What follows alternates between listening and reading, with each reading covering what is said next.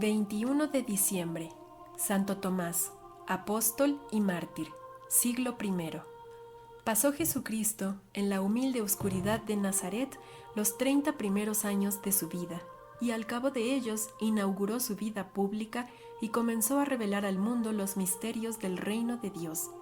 Al atravesar los pueblos de Palestina, fue recogiendo discípulos que le acompañaban en sus correrías apostólicas. A 12 de ellos dio parte muy mayor en su ministerio.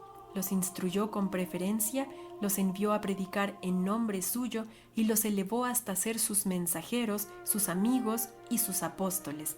Santo Tomás, uno de ellos, pudo así oír de más cerca las enseñanzas del Divino Maestro y penetrar más íntimamente en su amantísimo corazón.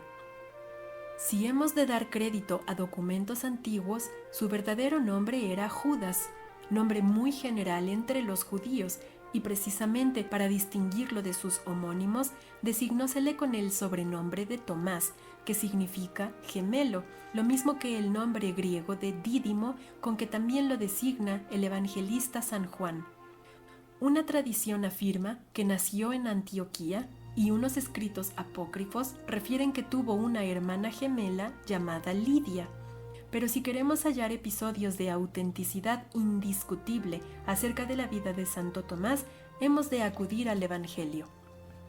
Fidelidad al Divino Maestro. Cuando Jesús le llamó al apostolado, Tomás debía ejercer en Galilea el humilde oficio de pescador como la mayor parte de los apóstoles. Esta aserción fluye del hecho acaecido después de la resurrección del Señor, puesto que lo vemos entre los discípulos que estaban en el lago de Tiberíades cuando la pesca milagrosa.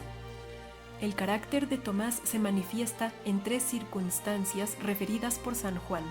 En la primera, el apóstol se muestra tan generoso, tan fiel y tan adicto a su divino Maestro, que por él arrostra el peligro de muerte. Como Jesucristo declarase a los judíos que era igual al Padre y Dios como Él, sus oyentes habían tomado piedras para arrojárselas como a blasfemo, mas el Señor desapareció de la compañía de ellos porque no había sonado aún la hora de la redención del mundo. Al llegar esta, Jesús dijo a sus apóstoles: «Volvamos a Judea». Estas palabras los asustaron. «Señor», le dijeron, «hace pocos días querían apedrearnos y ahora quieres volver allá». El amor hacia Jesús y el temor de la persecución les hicieron hablar así, pero Tomás, ahogando sus aprensiones, animó a sus condiscípulos a que siguiesen a Jesús, diciendo con tono resuelto: «Vayamos también nosotros y muramos con él». En esta coyuntura, observa San Vicente de Ferrer, demostró Tomás más caridad que los demás apóstoles, pues no hay mayor amor que dar la vida por el amado. Su amor a la verdad. Tomás estaba resuelto a seguir a Cristo, incluso en el camino del suplicio, y era porque se embebía de las enseñanzas divinas y sacaba de ellas las legítimas consecuencias. No se inclinaba a creer sin motivo suficiente y desconfiaba de toda afirmación que no se apoyase en pruebas inconcusas. Amante de la verdad, solo a ella se entregaba de corazón. No quería pecar de crédulo y le rendía la doctrina luminosa y cierta. 2 episodios demuestran esta índole de su alma. Entremos en el cenáculo, donde el Señor celebra con sus discípulos la última Pascua, tras la cual instituirá el sacramento de la Eucaristía, les dará a comer su cuerpo y sangre y pronunciará ante ellos el más sublime sermón que haya llegado a oídos humanos. Está Jesús a punto de ofrecerse a la muerte y al considerar la aflicción en que dejaría a los apóstoles, los consuela anunciándoles que va a prepararles un lugar en la casa de su Padre. «Cuando me vaya», les dice, «os prepararé un lugar, y luego volveré a buscaros, a fin de que donde yo estoy, estéis vosotros, y ya sabéis a dónde voy y conocéis el camino». Entonces Tomás le interrumpe. «Señor», dice, «no sabemos a dónde vas, pues ¿cómo podemos saber el camino?». Con estas palabras confiesa humildemente que la doctrina del soberano Maestro sobre el término de su misión está fuera de su alcance, y Jesús le responde: Yo soy el camino, la verdad y la vida. Nadie va al Padre si no es por mí. Y ningún apóstol escucha entonces con más fervorosa atención. La ingenua humildad de Tomás al confesar su ignorancia fue ocasión propicia que el Señor aprovechó para darse a conocer al mundo. Solo Él se conoce lo bastante para definirse y decirnos quién es, y gracias a la pregunta del apóstol nos dio una verdadera definición de sí mismo, una definición brevísima y completa. La hora de la duda y la hora de la fe. Como amante de la verdad, el santo apóstol deseaba verla con toda pureza y se precavía contra la ilusión y la imaginación que la desfiguraran. Era de tal condición que una excesiva prudencia intelectual le impedía dar crédito a cualquier testimonio humano cuyas pruebas no fuesen incontestables. Así sucedió en el conocido episodio evangélico en que tuvo un momento de duda y hasta de incredulidad antes de la hora de la fe confirmada e indefectible.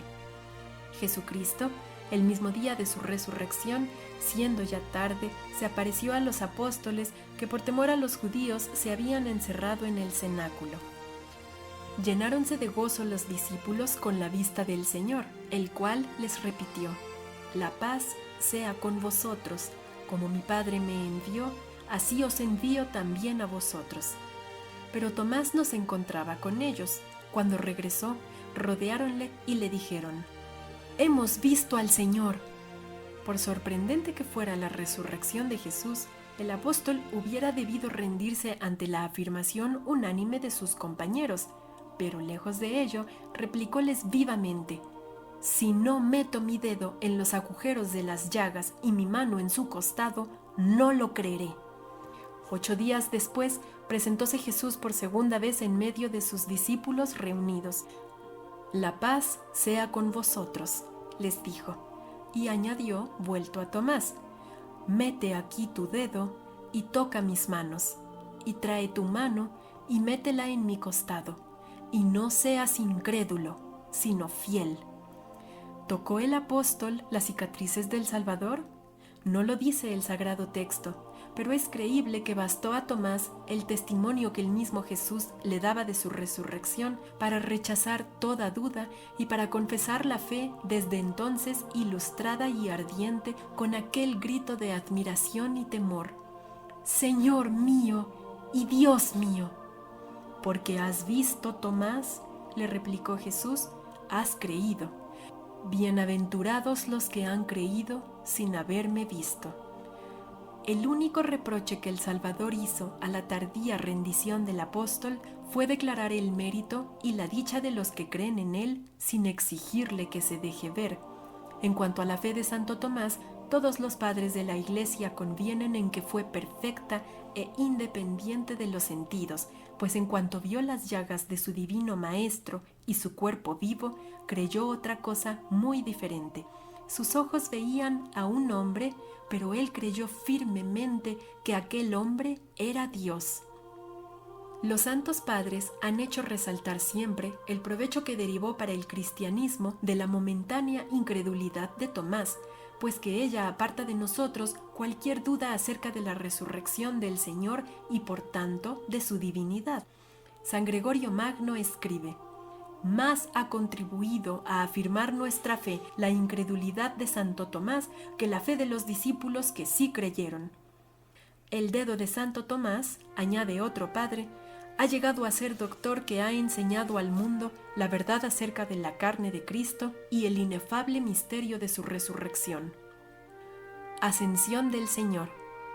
Después de la mencionada escena, el nombre de Tomás se halla solo 2 veces en el Nuevo Testamento: Juan 21:2 y Hechos 13. La primera es en otra circunstancia en que Jesús resucitado se aparece a varios de los suyos a fin de despedirse de ellos antes de volverse a su Padre. Y la segunda, cuando reunidos los discípulos en el cenáculo, perseveraban en oración en espera de la venida del Espíritu Santo. Con Pedro, Santiago, Juan y otros 2 discípulos hallábase Tomás a orillas del lago de Tiberíades tras una noche de mucho trabajo en que no habían pescado nada. Al despuntar el alba, Jesús se apareció de improviso y dijo a los pescadores: «Echad las redes a la derecha de la barca y sacaréis». Obedecieron y la red se llenó de peces. A la vista de semejante prodigio, los discípulos reconocieron al Señor y se dieron prisa en llegar a la orilla. Al llegar a tierra, vieron preparados fuego y pan. Asaron algunos peces y en cuanto Jesús les dijo: «Venid a comer», se sentaron y comieron pan y peces que Él mismo les distribuyó. Tomás fue, pues, del número de los convidados, y tras el parco y regalado almuerzo, presenció aquel magnífico cuadro en que el Señor estableció a Pedro por cabeza y jefe de la iglesia. Aún por 2 veces vio Tomás a Jesús resucitado, una en un monte de Galilea donde se hallaban reunidos más de 500 discípulos, a los cuales dijo el Señor: «Id y enseñad a todas las naciones, bautizándolas en el nombre del Padre, y del Hijo, y del Espíritu Santo, y enseñándoles a guardar todas las cosas que os he mandado». La última vez, momentos antes de la ascensión, cuando Jesucristo se apareció a los apóstoles reunidos en el cenáculo de Jerusalén para señalarles el sentido universal de la misión que les dejaba: «Id por todo el mundo y predicad el Evangelio a todos». Venida del Espíritu Santo.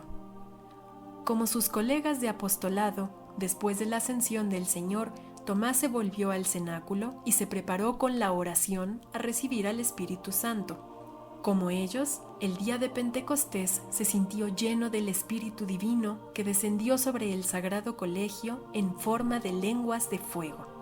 Ilustrado maravillosamente sobre la doctrina de Jesucristo e inflamado de celo para enseñar, Tomás predicó el Evangelio en Jerusalén y en toda la Judea. En el cumplimiento de su misión, fue perseguido, encarcelado y azotado por los judíos, instigados por los príncipes de los sacerdotes que no podían ver cómo los apóstoles les arrebataban la influencia que tenían sobre el pueblo. Por fin, cuando los apóstoles se dispersaron para llevar el Evangelio hasta los confines del orbe, Tomás se lanzó a la conquista de los países asignados a su celo, ansioso de verter en las almas de los demás la fe que le había consolidado la vista de las llagas de Jesús y la recepción del Espíritu Santo. Quería desquitarse de su incredulidad anterior. Historia del ceñidor de la Virgen. Antes de proseguir el relato de los trabajos apostólicos de Santo Tomás, narremos una piadosa tradición. La Virgen Santísima estaba a punto de pasar de este mundo al otro. Avisado por divina visión, acudió apresuradamente a Jerusalén para tributar los postreros honores a la madre de su Señor, pero llegó con retraso, cuando los demás apóstoles ya habían celebrado las exequias de la Virgen y la habían sepultado cerca de la cueva de la Agonía. El recién llegado deseó contemplar al menos por última vez el rostro de la celestial Madre del Salvador. Abrióse el sepulcro, pero el sagrado cuerpo había desaparecido. Tomás entonces, presa de desconsuelo, alzó la vista a lo alto y vio, cercada de un coro de ángeles, a María, que se desató el ceñidor y lo dejó caer en manos del apóstol, el cual lo recibió con emoción inenarrable. Así lo afirma la tradición. Su apostolado en Oriente. Como de la mayor parte de los apóstoles, casi nada nos dice la historia de los trabajos apostólicos de Tomás ni de los países que evangelizó. En esto no poseemos más que tradiciones inciertas. Cuéntase que se internó por los países de los Reyes Magos que en otro tiempo habían ido a adorar al niño Jesús en Belén, y que después de referirles la vida del Salvador, los bautizó y se los asoció para la evangelización de aquellos pueblos. Se cuenta también que el rey de Edesa, Abgar, había escrito al Salvador para que se dignase ir a sus estados a fin de que le curase de una intensa dolencia que padecía. Jesús le contestó que después de su muerte le enviaría un discípulo suyo, y para cumplir la promesa del Señor, Tomás le mandó a Tadeo, uno de los 72 discípulos, el cual administró el bautismo al rey y le curó, junto con la sábana santa que sirvió para sepultar el cuerpo de nuestro Señor, y que este es el origen de la llegada del sagrado lienzo de Edesa.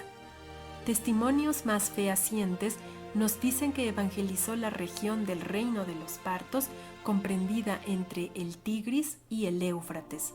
La tradición, recogida por varios autores eclesiásticos, según la cual murió en Edesa, parece indicar que no llevó más adelante sus correrías apostólicas.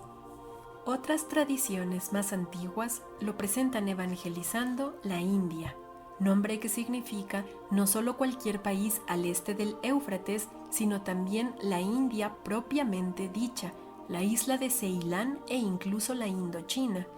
Un doctísimo y santo jesuita alemán, el padre Atanasio Kircher, fijó, mediante documentos antiguos que recibió en la India, el itinerario seguido por Santo Tomás en sus correrías apostólicas por Persia y los reinos de Kandahar, Kabul y otros de aquellas regiones hasta internarse en la India, donde estableció su residencia en Meliapur del reino de Narsinga.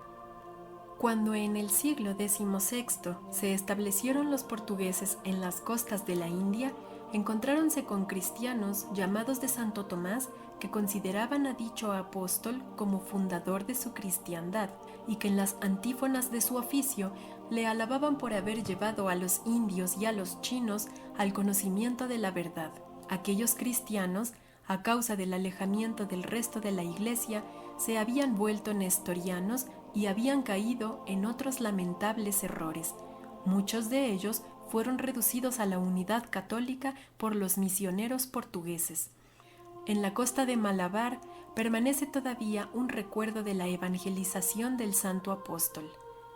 En la parroquia de Paliporam, región de Cochin, y en uno de sus altares laterales se conserva una cruz pequeña que según la tradición fue colocada en las cercanías de la población por el santo hacia el año 52.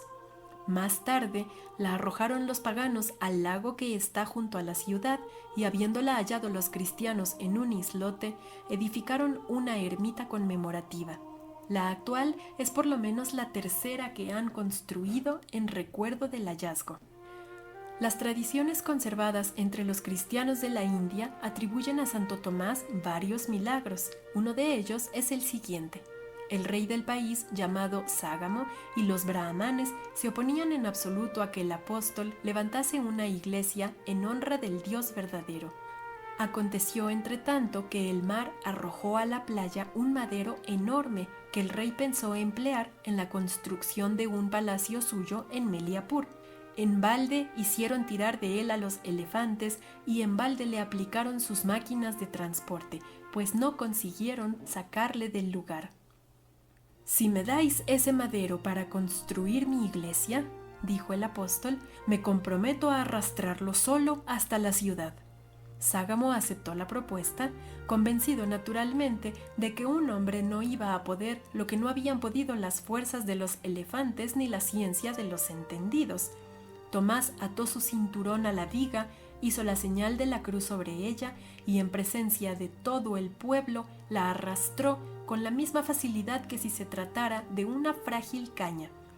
Lejos de oponerse a la predicación del Evangelio, el rey se convirtió y contribuyó a la construcción de la proyectada iglesia.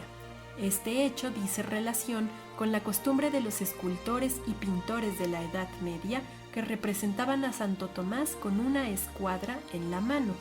Por esto, y también por lo que a continuación referimos, le escogieron patrono arquitectos y albañiles. En las falsas actas de Santo Tomás y en la leyenda áurea de Santiago de Vorágine, se lee que el rey de los indos, Gondofer, envió a su ministro en busca de un arquitecto, a fin de que le construyese un palacio a la romana, y el Señor hizo que aquel enviado se encontrara con el apóstol, quien llegado a la corte del príncipe le planeó un magnífico palacio. El martirio.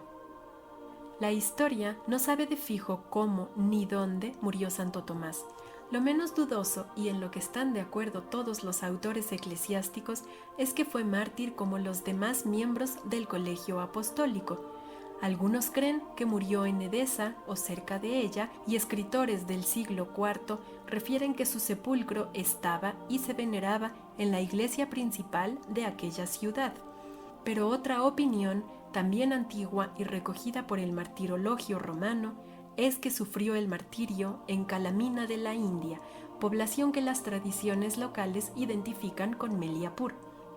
Sobresaltáronse los brahmanes ante las conversiones obradas por la predicación y los milagros del santo apóstol. Con la expansión de la nueva doctrina, no tardaría en derrumbarse la religión sustentada por ellos. Ya sus ídolos iban cayendo en el descrédito y comenzaba a notarse un gran movimiento espiritual de emancipación por parte del pueblo. Semejante estado de cosas no convenía en modo alguno a sus intereses personales y exigía una enérgica decisión. Acordaron pues deshacerse del santo dándole muerte. Y un día en que Tomás abatiera un ídolo mediante fervorosas oraciones, el gran sacerdote del templo, como poseído de una furia infernal, se acercó a él y le atravesó el cuerpo de un lanzazo mientras decía: «Vengo la injuria hecha a mi Dios». Los cristianos recogieron el sagrado cuerpo y lo sepultaron en la iglesia que él había edificado. Los que suscriben esta opinión conceden generalmente que más tarde las reliquias del apóstol se trasladaron, a lo menos en parte, a Edesa, donde, como queda dicho, se veneraban en el siglo IV. El martirologio romano señala el 3 de julio la fiesta de esta traslación y añade que luego se llevaron a Ortona.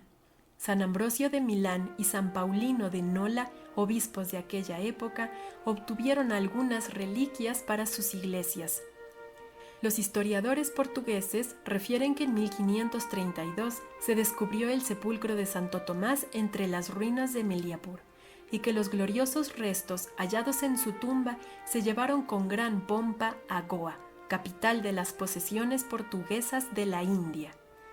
De 4 maneras se ve representado a Santo Tomás: llevando la mano al costado abierto de Jesús resucitado, sosteniendo una regla o escuadra a causa del relato del palacio construido para el rey de la India, desarrollando un pergamino en el que se lee el artículo del credo que dice: resucitó al tercer día de entre los muertos, a él atribuido, y por fin teniendo en la mano el instrumento de su martirio, o sea, la lanza con que, según dejamos referido, le atravesó el jefe de los brahmanes.